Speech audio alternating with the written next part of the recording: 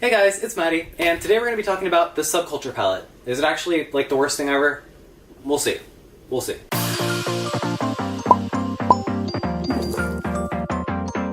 yeah, so every viewer now is like jumping on the train and saying this palette is not that great too. So what is the real deal with it? What's the truth? That's what we're going to find out today, because I just played with it right now. And I mean, it's not too bad. Yeah, I made this look with it, but there are some things about it that are kind of fishy. I actually filmed myself doing this look, so that's going to be like later on in the video.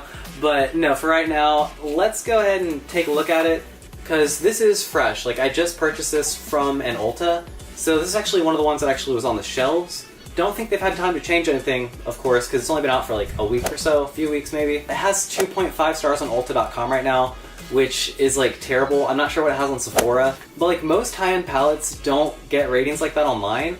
So of course there's like tons and tons of hype about this being awful, and everyone's like falling into it. But is it really bad? As you can see, I've already played around with it. I mean, the look is good, but yeah, the shadows, they are powdery. But I mean, let's talk about the ingredients first, because that is probably the reason these are a lot more powdery. So the first ingredient of the Modern Renaissance palette eyeshadows are like pure pigment mica, while in the Subculture palette it's talc. So talc's going to be your first ingredient in these shadows. Morphe eyeshadows, the first ingredient's talc. A lot of low-end shadows use talc as the first ingredient, and I know a lot of people actually have like allergies with talc-based eyeshadows, so I don't know how Anastasia would do that. Like when you had mica in your first, well, I mean, I do know why, to cut cost, but like, I mean, I don't know. Now, like, of course, like this whole controversy is going on. Like, yeah, that must have cost them a little. So they kind of cut corners with the ingredients in this one. Yeah, so that's why these are a little bit better. They are still insanely pigmented. Like, they are nice eyeshadows, but since we're using talc, I think that's where we see our main issue. The brush that they give you with the palette, I just don't recommend at all with these shadows. Like, it is a really nice brush. I'll show you a little close up, but y'all know with me being absolutely obsessed with brushes, I have like a ton. So this right here is actually a really nice buffing eyeshadow brush. It's almost the same as my Sigma E35, or I'm sorry, E55, the shading brush, which is like my go-to eyeshadow brush for everything. Actually, it's a little bit closer to an Exact Blend E32, but this one is a lot more dense, the Sigma one, so it's really hard to mess up with it. This one, it is kind of fluffy. It doesn't pick up the shadows like as well as this one does, which you'll see in like the little demonstration. And then it has like a really nice tapered one, which I did use in the video. This one is a really awesome like crease blending brush, so I did like this one, but the placement brush is not the best for the actual eyeshadow palette. Like, I would use this for my other eyeshadows, just not the Subculture ones, because this will make your eyeshadow fly around like everywhere. So let's actually go ahead and take a look at like how powdery this eyeshadow palette gets with the brush. Yeah, so it picks up a ton of pigment. As you can see, like I was rubbing it like all over me while I was doing this eyeshadow look, because you get a ton of product on your brush because it is so powdery. So just be like really careful with it. Yeah, you can see like all the shades that I kind of messed around with just now, and like all the powder that's on them, but if you like shake it like crazy, the powder's not coming off. It just like stays in its pan. So it's not like powdery in the sense that it's gonna fly around everywhere, like when you mess with it, but hold on, let's take a look. The most powdery eyeshadow that I played with was actually Axis. Go ahead and dip it a little bit. What am I doing? I can't even see what I'm doing. But yeah, so the kickback there is kind of severe. Oh gosh, I actually got it everywhere. But let's like shake it. Let's shake it. It's still where it's at. It's still like, look, it's even on like the black part still. So like, it's not like, I'm gonna break that binding of it. But yeah, like if you shake like crazy, the powder is still where it's at. So you can see like it hasn't moved. It's still on the black part. Like, what's the truth? Like, if it's not gonna come off when you do this, like what's the problem? But yeah, like look how pigmented that is. I just took it off like the little black edge, like where it says Axis. Just rub that part off and you get a ton of powder. And it is very, very pigmented. But yeah, like look at this swatch real quick. Yeah, that's a brush swatch. That's insane. I don't think the formula is kind of bad in the fact that it is too pigmented, and they do change when they're on the lid. I do mention that when I'm putting them on. So this color, like Mercury right here, I thought it'd be like a really nice like pale rosy tone almost. Picked it up on my brush. Did a little swatch on my eye. That's why this eye is kind of like this weird plumish color, because I did not expect this to happen. It is like a dark brown. Like, I consider that a dark brown. I put that on my inner corner on accident because I thought it would not be that dark. Very pigmented, once again, with a brush swatch. Didn't really have a lot of kickback when I picked that one up. So, it is just, it's like a normal eyeshadow palette. Actually, I'm really liking this look that I did, like on the green. It's not too bad. This one, I didn't smoke it out enough. If I would have made it a little bit more smoky, that would have been a look. The glitters right here, like, they look super glittery. Like, you remember that glow kit with like the 6 shades in it that were super glittery? It's nice in eyeshadows. As a highlight on your cheeks though, not so much.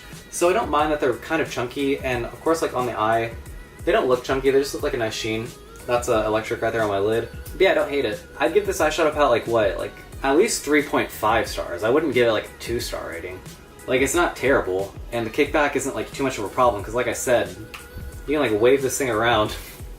Oh god, or drop it. And oh, it did get on my carpet, my white carpet.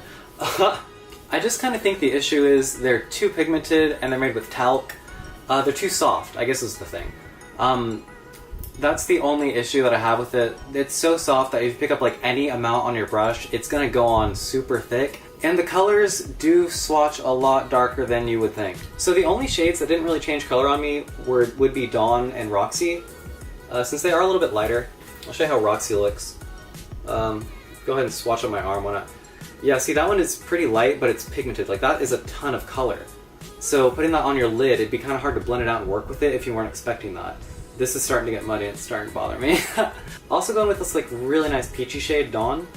And I'll kind of show you. It's really, really bright, but it's not dark. Like, that ain't dark. It's just like a nice, like, lighter shade. It doesn't turn too dark. I found with the glitters, I had to stack them on a darker color for them to do anything, because a big issue has been like Cube has not been pigmented at all on anyone. But Cube is actually what I have right here on my lid. It has like a pink reflex to it if you put it on a dark eyeshadow. But that is all I have on that lid right there. I just like packed it on to really get that effect. So it's good if you put it on top of like a black eyeshadow. But other than that, I have it on my inner corner and it's not very highlighty. Overall, I mean, it's a nice eyeshadow palette to have if you want like accent colors. But on its own, I personally would get it. Like, I like the eyeshadow colors. It has a lot of cute accent shades. If you don't really like the colors, you don't really feel them, you don't really need it. It's not a necessity. If you want accent colors and you like the colors, get it. If you don't like the shades, I wouldn't get it. It's not really worth it. Eyeshadow palettes, if you don't love all the colors in the eyeshadow palette and you would not use a ton of the shades, that's when you don't buy it. That's when you don't buy a palette. Because lots of palettes have like way too many shades that you would never use, and honestly, most people wouldn't use these shades. So, yeah. That's kind of my spiel on this one. So yeah, here's my little demo, and let's get right to it. Alright, so right now I'm just buffing a little bit of Urban Decay's Potion Primer in Eden all over my lid, and just like really getting that everywhere. Just to get like an even eye surface to work with, and then we're going to play with these shadows and see how they work. Because like I said, the main difference is just the first ingredient is talc instead of like that pure pigment mica. So I am kind of excited to like first dip into it, but I really don't want it to get on my sweater, because it is like all white and kind of gray. So we'll kind of see how this works. Let's think here for a second. So with Untamed, we're gonna go on like the inner corner, like right here, like halfway through the lid with it, with a rather small brush. And wow, yeah, that is that's actually really packed with pigment, and luckily I didn't get any fallout, because I did not tap that off. Well, actually, I can see some fallout in the camera, but it wasn't as extreme as I expected because I didn't tap the brush, which I usually do. So that's kind of nice. That didn't happen, because I did not prepare properly. But yeah, wow, whoa, that's actually super pigmented. Wow, the heck. And it is a lot darker than I expected. I didn't think it would go on that dark. Yeesh. But then I'm going to go on the outer corner as well with it. Didn't tap the brush either right there. Should have. But yeah, we're kind of going to just do the outer corner and the inner corner, because I want to go in with Electric, which is that shimmery shade, and put it right on that like part right here to kind of give that halo effect. But yeah, wow, that is really, really pigmented and dark. Jeez. So not too much fallout yet on that shade. And it looks really pigmented and nice, like really dark, really like that olivey military gray, or military green. I'm gonna clean off my brush really quick. On the other side of the brush, we're gonna go in with electric. So right on that empty patch right there. And just kind of blend all right there in that little middle part.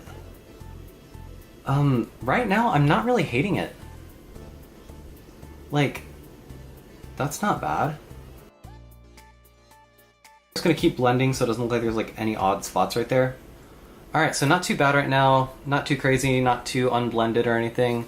It blended pretty well, wasn't too mad about that, looks pretty good right now, pretty happy about that. I'm gonna take that more blue shade Axis and put it in my crease. Not really sure how it's gonna work together with that grain, but we'll see. If it looks terrible, that was on me. Well, let's try it. Okay, not too bad because it actually goes on very, very dark. Dude, that's... Okay, so it is true that the shades are a lot darker than... They go on a lot darker than they look in the pan. So that part is true, because wow, that is dark. Jeez. Okay, we'll blend that. That is a ton of pigment too. That one was pretty powdery when I dipped into it. But yeah, let's try to blend that so it's not too crazy looking. Blend down a little further.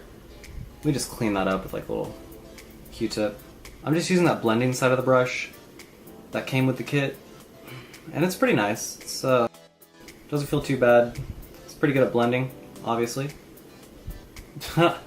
I mean, I really don't hate this palette so far. I'm not really sure I want to take it back, because at first I was like, yeah, this is gonna be terrible apparently. But it's not too bad. That is kind of... I don't know about that. We'll see. Alright, so I'm just gonna lightly clean up right at that edge. Cool, just really sharpen that right there. Yeah, like kind of like that. So this shade is a little bit patchy. I don't know. Doesn't look too bad, actually. Not hating that.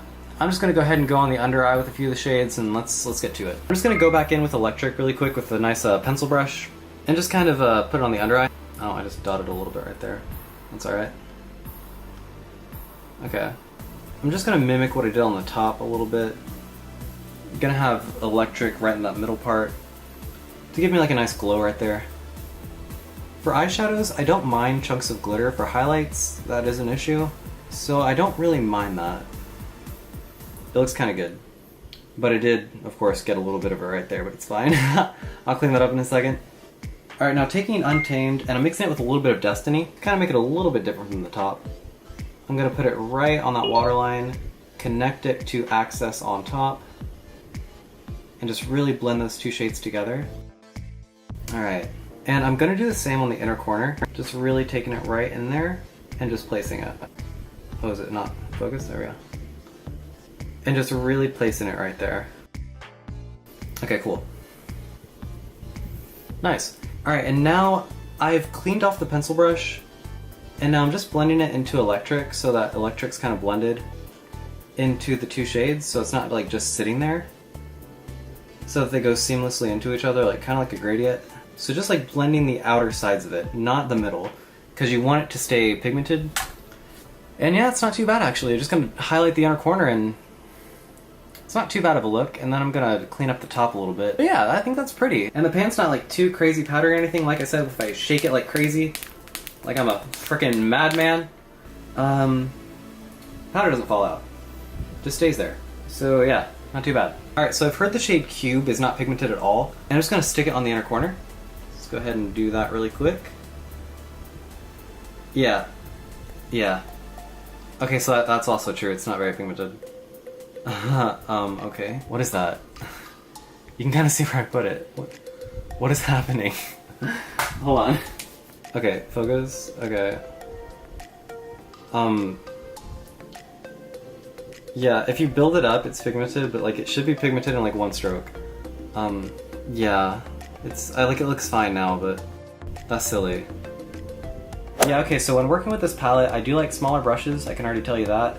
With the Sigma E35, which is my go-to eyeshadow brush, like forever, like this eyeshadow brush is amazing, it got powder everywhere and it's not really working as well as I'd like. Okay, so the Sigma E32 is really nice for this palette because I barely got any powder when I was using this, and I basically used this like for the whole eye right here, was basically just this brush. And I experienced like no powder, and like the placement was perfect, the blend was good. But let's go ahead and we'll fix it up with this brush though. But yeah, so of course this is like the finished look that we saw in the beginning. They worked pretty well. Like I said, it wasn't too bad. The kickback was only bad when I used a really fluffy brush. You'll be fine, like it's not too scary to work with. Everyone's making it a huge thing. I don't know.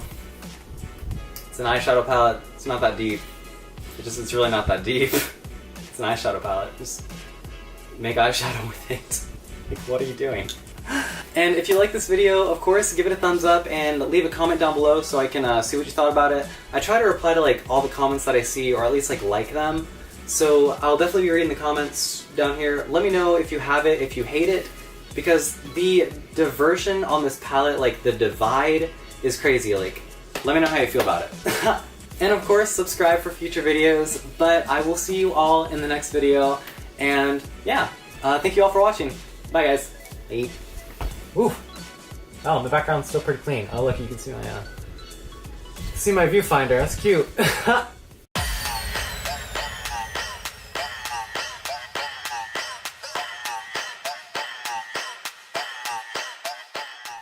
That ain't an inner corner highlight. Well, that's an eye booger though. It's gross.